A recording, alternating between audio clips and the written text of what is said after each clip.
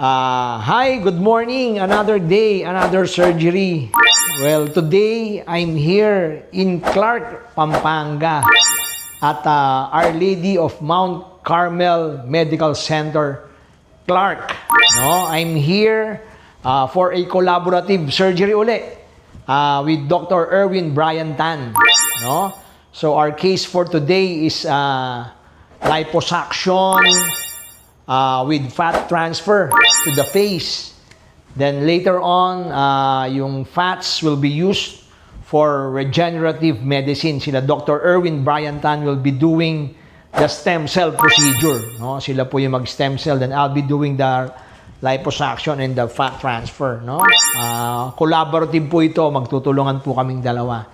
So, yan po ang ating case for today. And we have here ang ating kabalin from Clark, Pampanga, Angeles, Clark, Pampanga, Dr. Erwin Brian Tan. He is the president of our society, Philippine Academy of Aesthetic Surgery. He is the president now for 2 years. Yan po. So, I'll see you later. Another day, another surgery. Done with the procedure. I'm done doing the liposuction and fat transfer to the face. So later, Dr. Erwin Brian Tan will be doing the regenerative. Later, he'll be doing the regenerative medicine stem cell. So they will process the fats. Ang stem cell po nila is yung adipose stromal vascular fraction, SVF.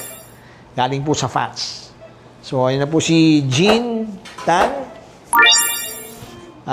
processing the fats, the blood, the PRP. So, yan po. Dito po yan sa